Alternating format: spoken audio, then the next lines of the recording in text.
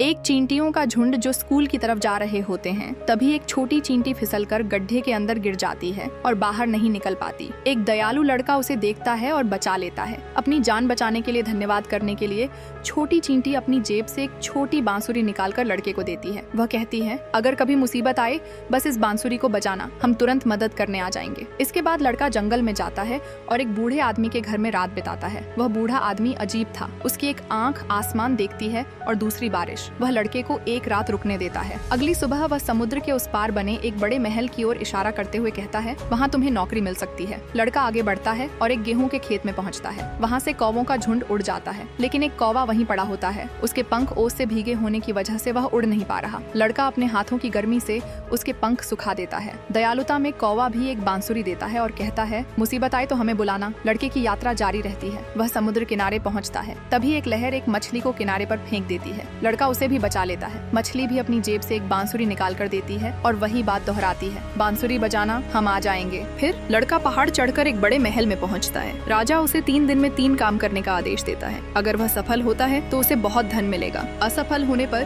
दंड मिलेगा। पहले दिन राजा कहता है कि चावल और गेहूं के बड़े ढेर दोनों एक में मिल गए हैं। लड़के को सिर्फ एक रात में उन्हें अलग करना है। लड़का परेशान हो जाता है। तभी उसे चींटी की बांसुरी याद आती है। वह इसे बजाता है। हजारों चींटियां आ जाती हैं। उनकी रानी कहती है, चिंता मत करो। सुबह होते होते चावल और गेहूं के ढेर अलग अलग सजा दिए जाते हैं। राजा खुश होता है। अगली रात में राजा कहता है कि लड़का उसकी 3 बेटियों पर नजर रखे और उन्हें महल से बाहर न जाने दे, लेकिन लड़का थक कर सो जाता है। इधर तीनों राजकुमारियां कौवा बनकर चांद की तरफ उड़ जाती हैं। घबराकर लड़का कौवे वाली बांसुरी बजाता है। कौवे आ जाते हैं। कौवों का राजा कहता है, डरो मत, चलो ढूंढते हैं। वह लड़के को आसमान में लेकर उड़ता है। वे चांद की पीठ पर तीनों राजकुमारियां ढूंढ लेते हैं। कौवों ने उन्हें घेर लिया और लड़का रस्सी से तीनों को बांधकर वापस महल ले आता है। राजा फिर प्रभावित होता है। तीसरी रात राजा कहता है कि उसकी अंगूठी समुद्र में गिर गई है। लड़के को उसे ढूंढकर लाना है। लड़का समुद्र किनारे मछली वाली बांसुरी बजाता है। सभी मछलियां एकत्रित हो जाती हैं। आखिरकार